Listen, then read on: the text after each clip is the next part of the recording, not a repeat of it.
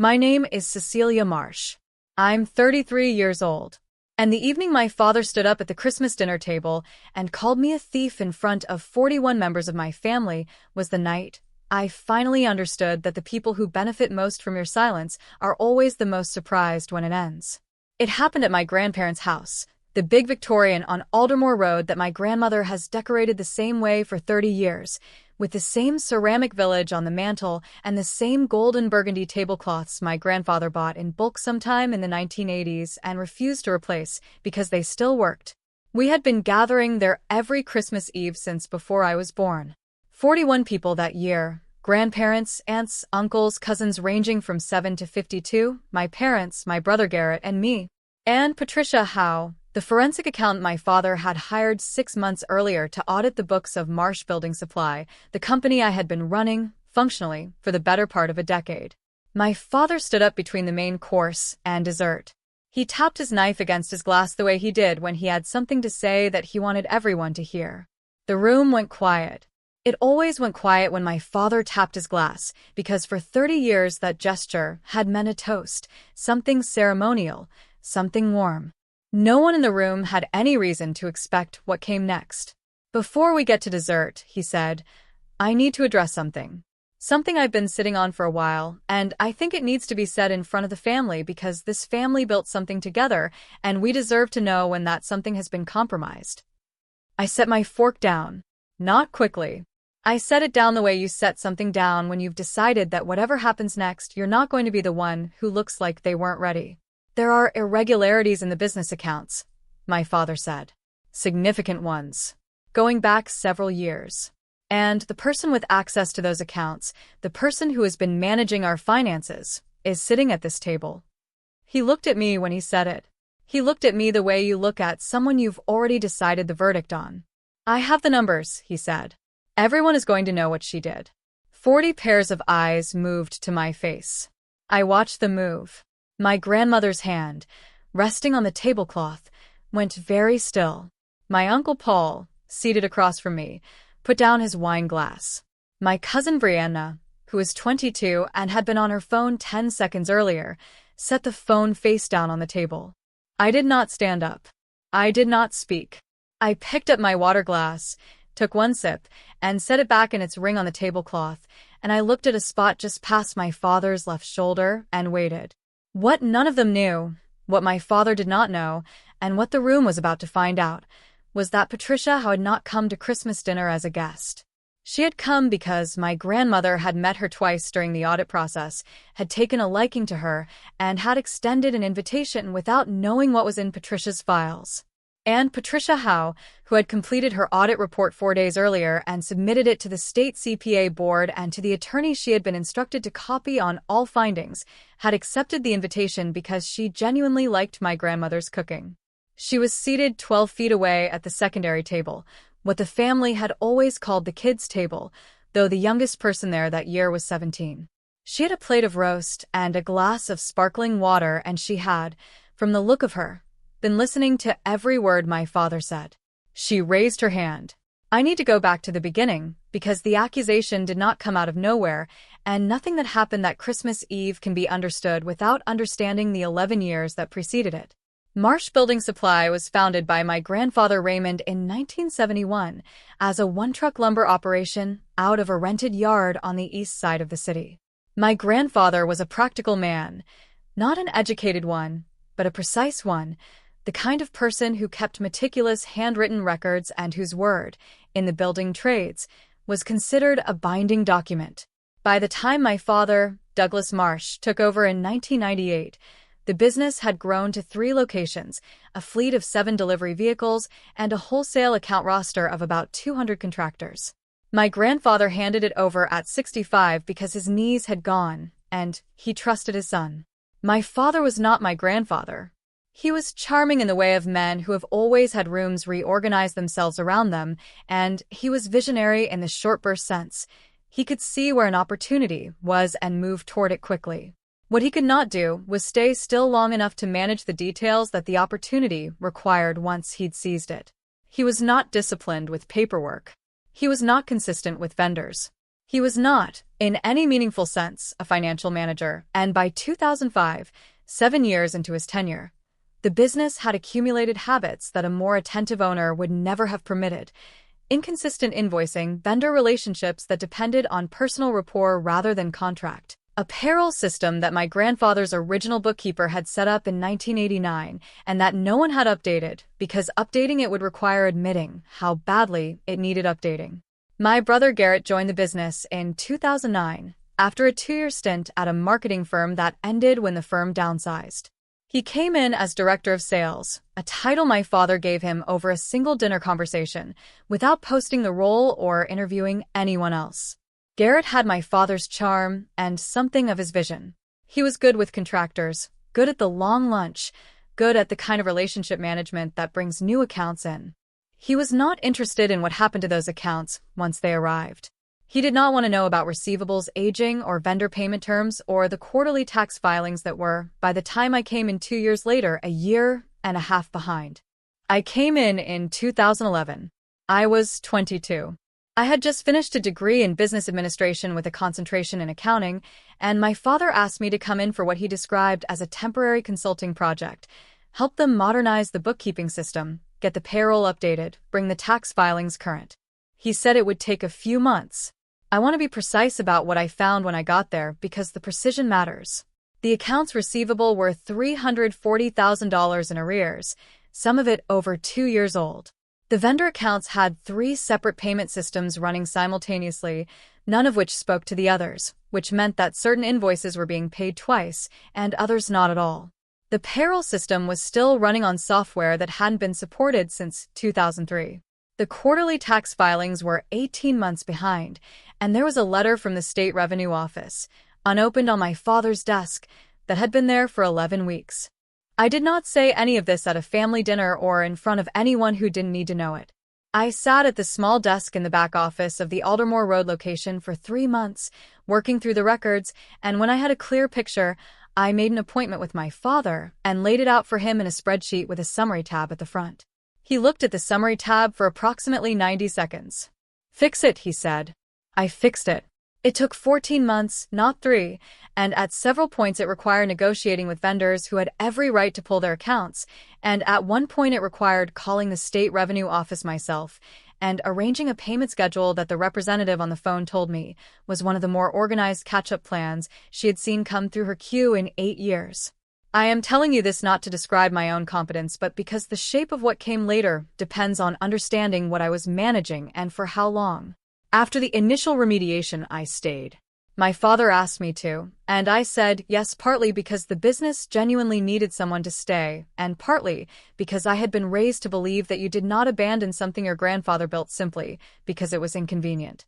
I became the office manager, then the operations manager, then, without the title, without the salary adjustment, without the formal announcement, the person who ran the financial and administrative side of the business while Garrett ran the sales side, and my father ran the narrative.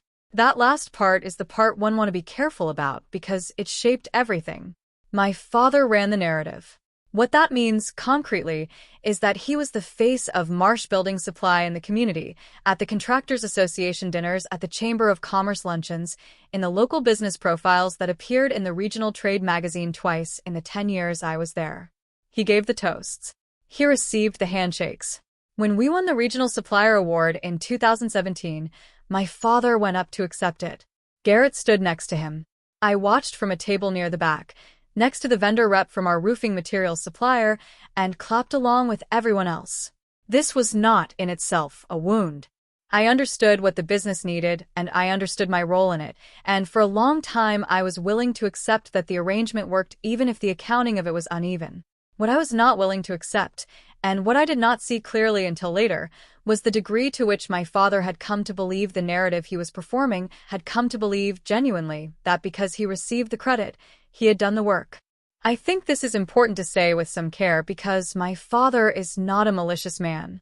He is a man who has spent his entire adult life in rooms where people organize their attention around him and who at some point stopped distinguishing between being valued and being central. My grandfather gave him the business.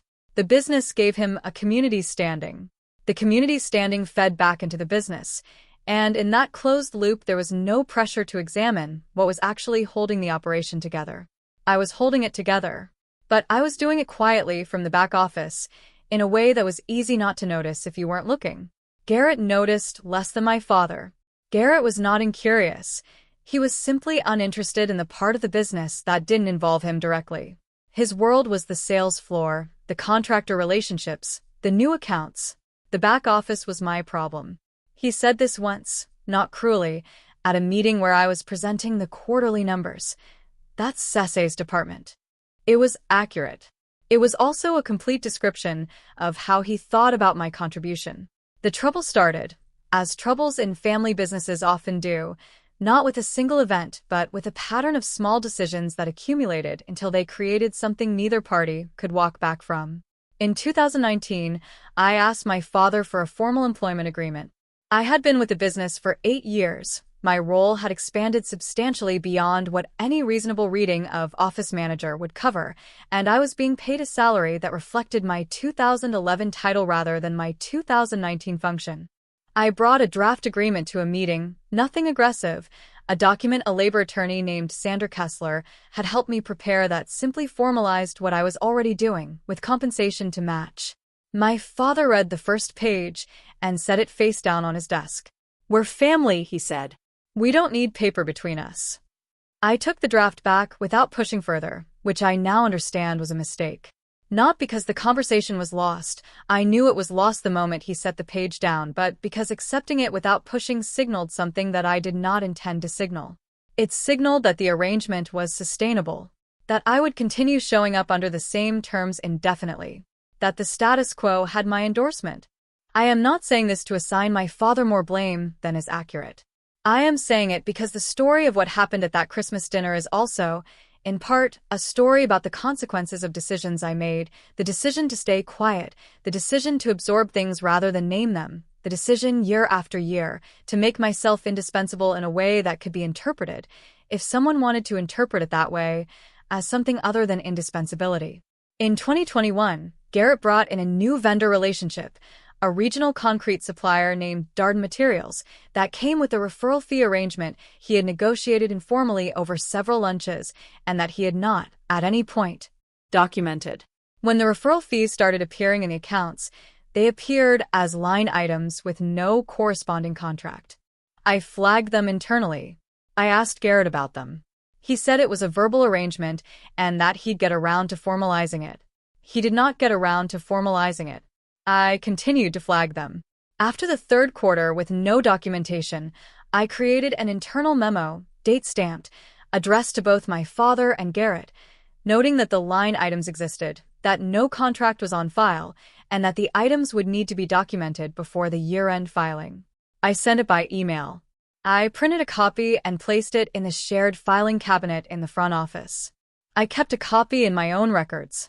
My father's response, delivered in person 2 days after the memo went out, was to tell me I was creating unnecessary paperwork and that Garrett knew what he was doing.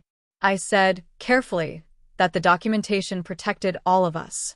My father said that it created the appearance of a problem where there wasn't one. I did not say what I was thinking, which was that the appearance of a problem was considerably preferable to an actual problem going unaddressed. I said I understood his concern and would continue to flag anything that required documentation, and I went back to my desk and made a note of the conversation in the running log I had been keeping since 2019. The running log is relevant. I kept it in a personal document on a personal device, not on any company system. It contained dated entries for every significant conversation about finances, every flagged discrepancy, every internal memo I had sent, and the responses I had received or not received. I started it after the employment agreement meeting in 2019, not because I anticipated a specific outcome, but because I had learned from 11 years of managing business records that the absence of documentation is always the more dangerous condition. By the fall of 2022, the Darden Materials arrangement had generated $87,000 in undocumented referral fees across 6 quarters. The fees were real. Garrett had earned them legitimately, Darden had paid them legitimately, but they were sitting in the accounts as unexplained income, which in a tax audit would raise questions that I did not want to be the one answering. I escalated. I drafted a formal memo to my father recommending that we engage an outside accountant to review the Darden line items and help us document them properly before the year-end filing. My father did not respond to the memo. What he did, approximately 6 weeks later, was hire Patricia Howe. He did not tell me she was coming. He did not describe the scope of her engagement. The first I knew of it was when she appeared at the Aldermore Road location on a Tuesday morning in June with a letter of engagement and a list of records she needed access to.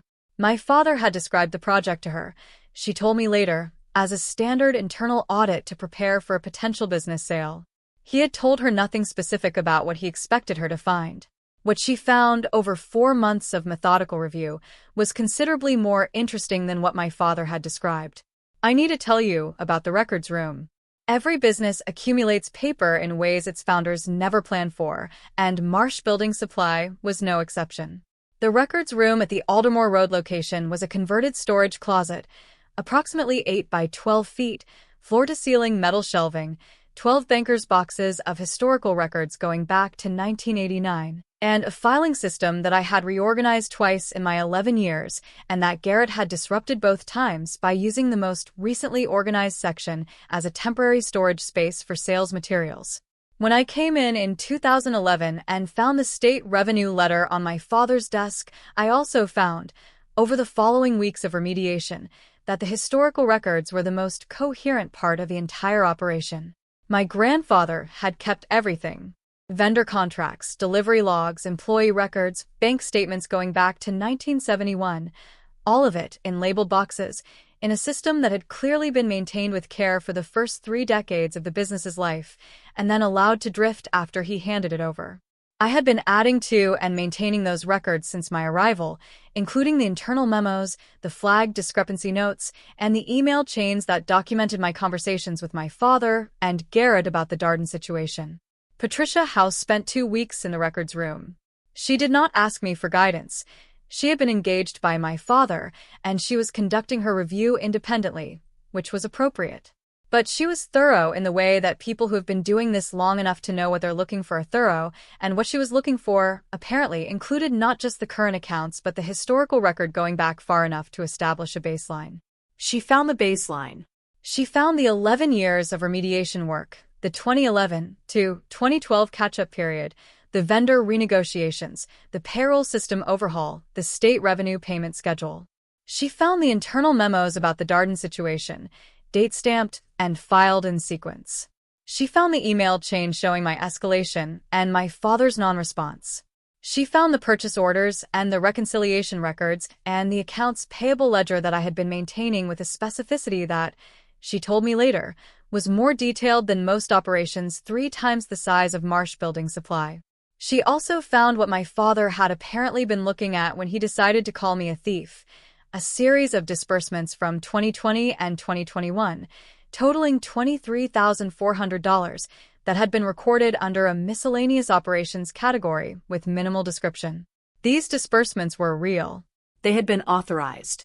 They were documented in the records room, in a folder labeled clearly with the project name, a building remediation at the Riverside Road location that had required emergency contractor payments during a period when the normal approval chain had been disrupted because my father had been recovering from a knee replacement and Garrett had been, for 6 weeks, unreachable on a personal matter he had asked us not to discuss.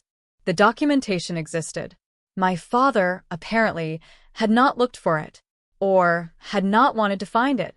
I cannot tell you with certainty which one it was, and I have spent a considerable amount of time in the 14 months since that Christmas Eve trying to decide whether the distinction matters. Patricia Howe raised her hand. The room had not yet fully registered what was happening. My father was still standing, still in the posture of a man who had just said the most important thing he'd planned to say, waiting for the room to respond in the way he'd expected. 41 people had been at that table. 40 pairs of eyes had moved to me, and now, slowly, they were moving to the woman at the secondary table who was raising her hand with the calm, specific gesture of a professional in a meeting who has relevant information and is observing correct protocol before sharing it. My father looked at her. I watched the recognition move across his face, the recalibration, the sudden awareness that the room contained something he had not accounted for. "Patricia," he said. His voice had changed register. Not loudly, but perceptibly, the confident public address tone had shifted into something more careful. "I'm sorry to interrupt a family gathering," Patricia said. She had a clear, unhurried voice, the voice of someone accustomed to rooms full of people who did not want to hear what she was about to say, and who had made peace with saying it anyway. "But I think I should let you know that I submitted my final report to your attorney 4 days ago, and I want to make sure we're all working from the same set of facts." The room was completely still. My grandmother's ceramic village on the mantel was the only thing moving, a small illuminated mill with a wheel that turned slowly in a water feature my grandmother refreshed every year. I watched the wheel turn. "The audit of Marsh Building Supply accounts is complete," Patricia said. She had set down her fork and folded her hands on the table in front of her. She was not addressing my father exclusively. She was addressing the room, the way a professional addresses a meeting, making sure the information reached everyone who needed it. I reviewed records going back to 2011. I reviewed the current accounts and the historical records and the internal correspondence. I reviewed the disbursements that were flagged as irregularities. My father's hand, resting on the back of his chair, was very still. "The disbursements in question," Patricia said, "are documented.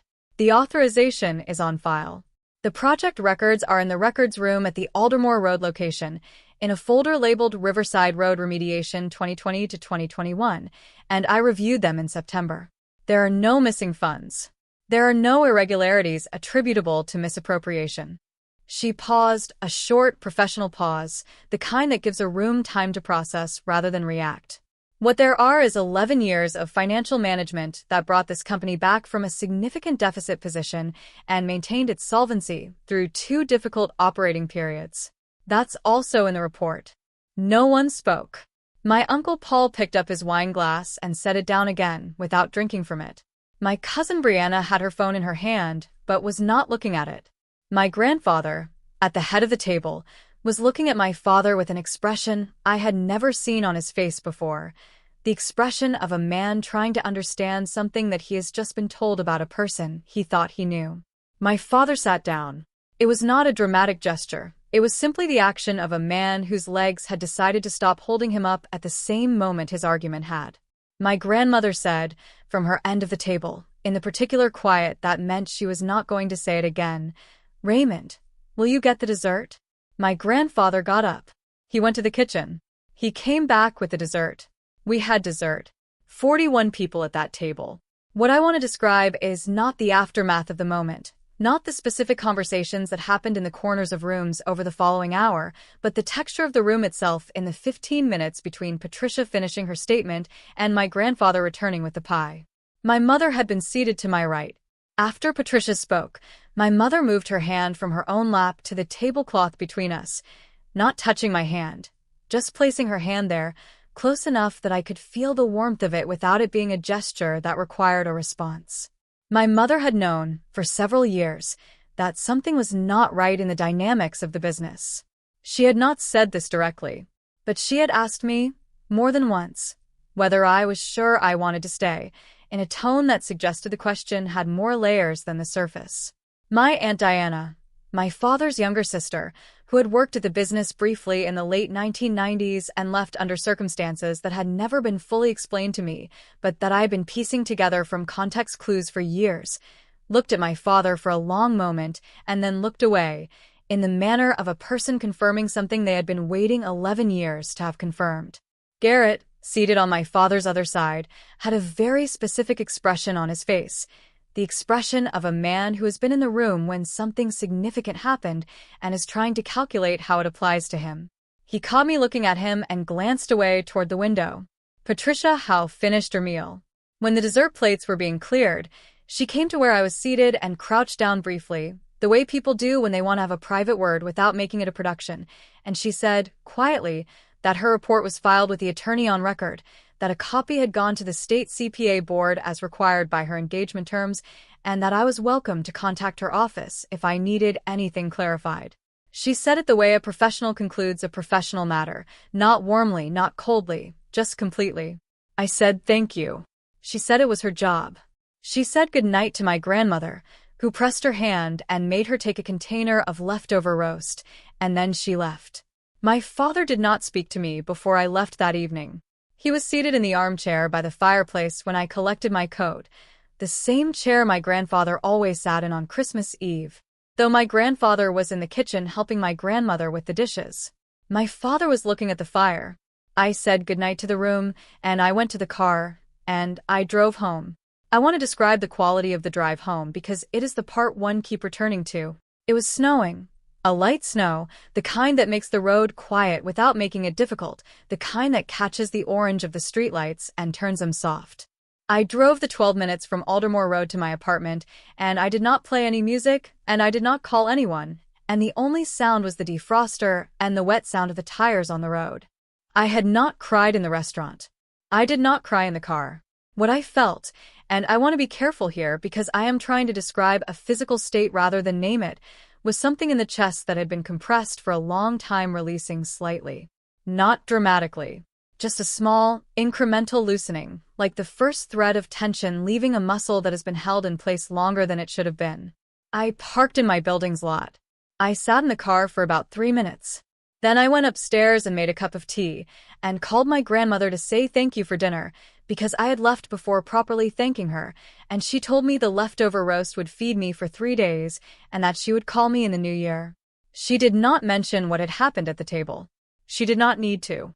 The weeks after Christmas were not dramatic in the way that weeks after things are often described. There was no single conversation that resolved everything, no scene in an office where the full accounting was done.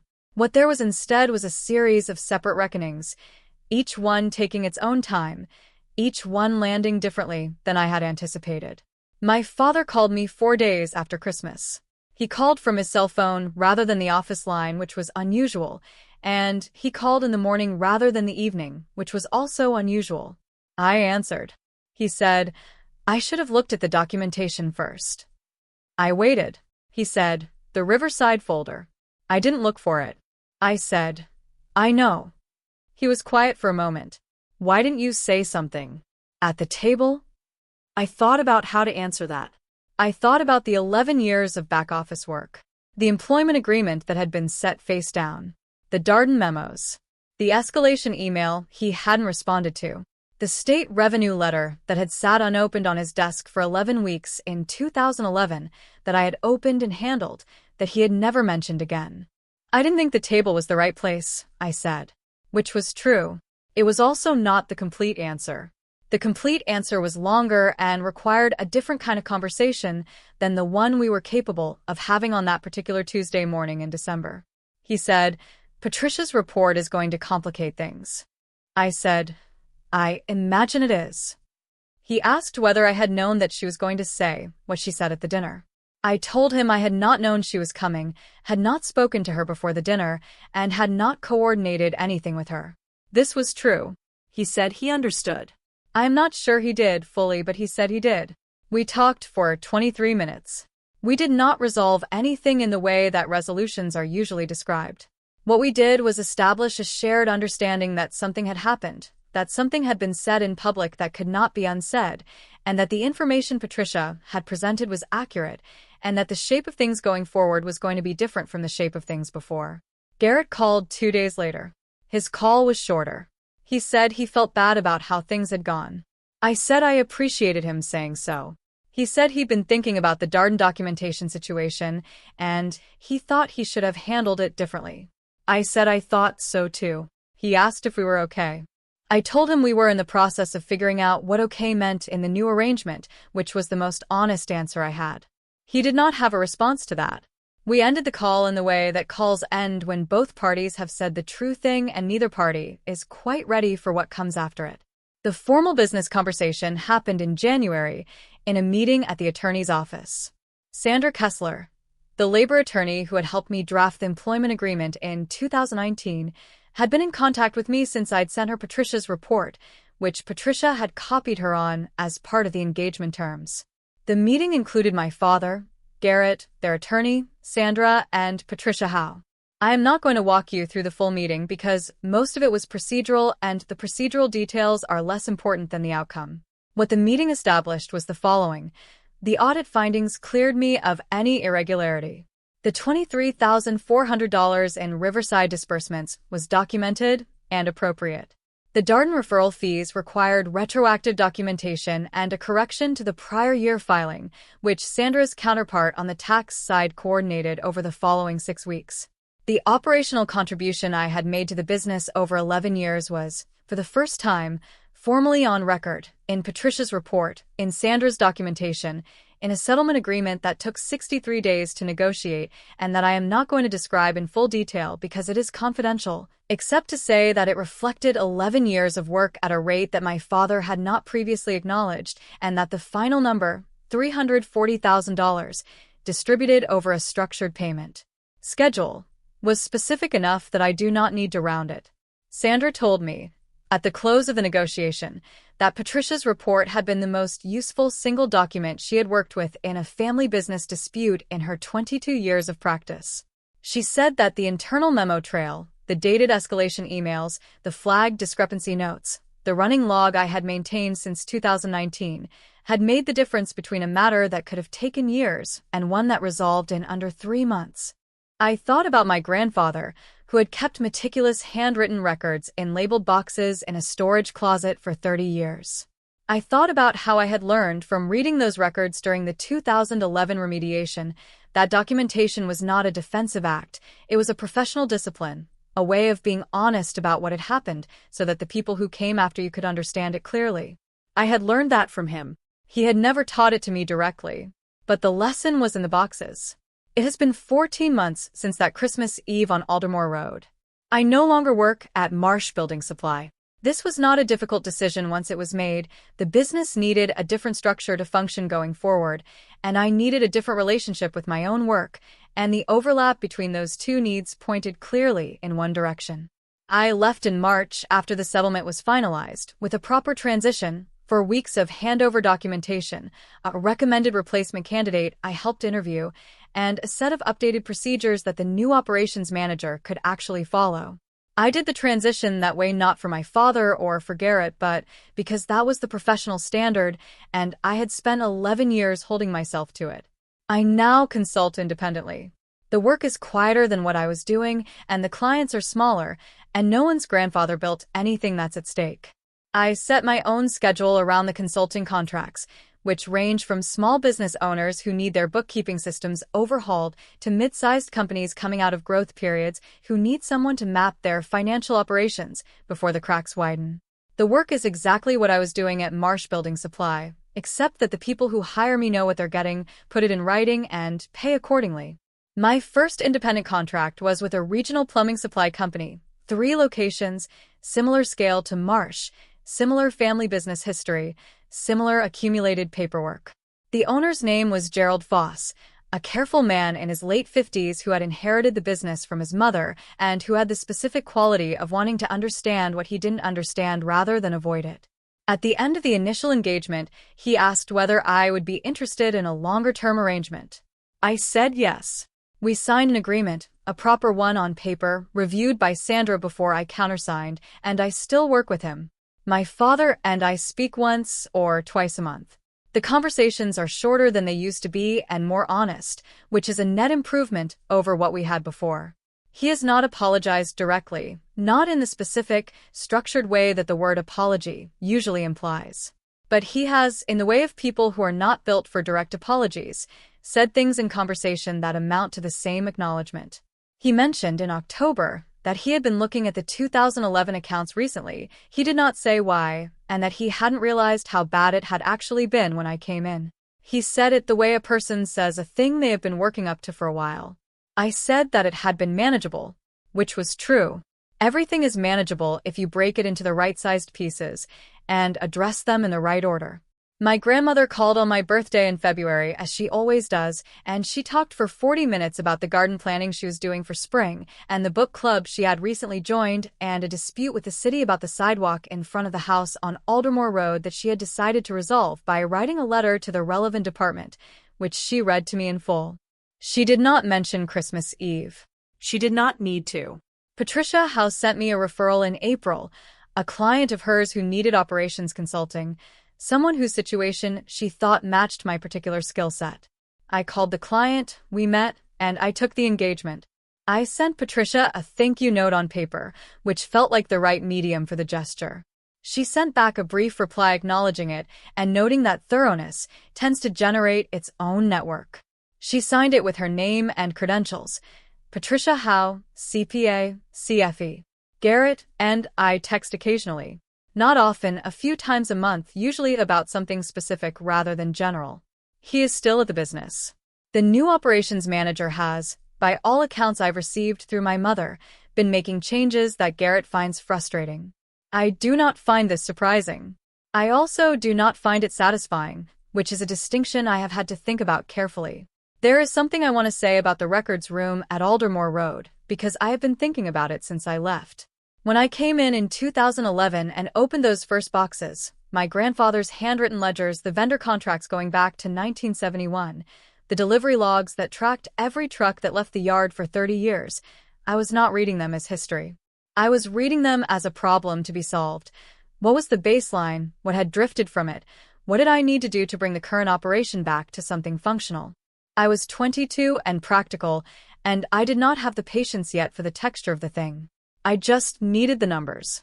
What I understand now, looking back at 11 years of maintaining those records and adding to them and keeping my own parallel documentation alongside them, is that my grandfather's discipline was not just a bookkeeping habit. It was a form of respect for the people who would come after him, for the business he had built, for the possibility that something he had put into the world might outlast him and need to be understood by people who weren't there when it started. He kept the records because he believed that what had happened deserved to be accurately represented, even if no one ever looked. I kept my records for the same reason. Not because I anticipated a Christmas dinner where my father would accuse me in front of 41 people. Not because I had planned for Patricia Howe. But because I had learned from those boxes in a converted storage closet that accurate representation is a form of integrity that exists independently of whether anyone is watching. That is the thing I would most want to say to someone standing where I was standing, not at the dinner table, but in the years before it. Keep the record. Not as a weapon, not as insurance, but as a discipline. As a way of saying to yourself and to anyone who comes after, here is what happened, as accurately as I can represent it, and I was here, and I did this work, and it was real. A settlement doesn't give you back the years. A report doesn't give you back the evenings in the back office, or the vendor negotiations, or the Tuesday morning you spent on the phone with a state revenue representative arranging a payment schedule that kept your family's business from defaulting on its tax obligations. What it gives you is the record confirmed, the fact of what happened, made legible to the room. 41 people were at that table on Aldermore Road on Christmas Eve. 41 people heard my father say what he said, and then they heard Patricia Howe answer it. I did not plan that. I did not arrange it. I sat at the table and picked up my water glass and waited, the way I had learned to wait, not because I was passive but because I had done the work that waiting requires and I knew the record was there. Sometimes the most powerful documentation is the kind you kept before you knew you would need it.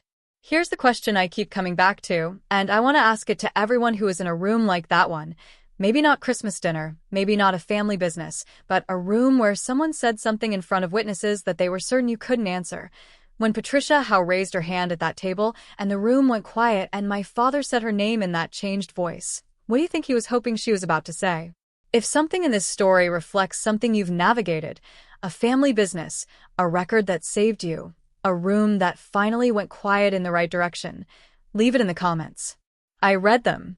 And if you're new here, subscribe. There is more where this came from. Take care of yourselves.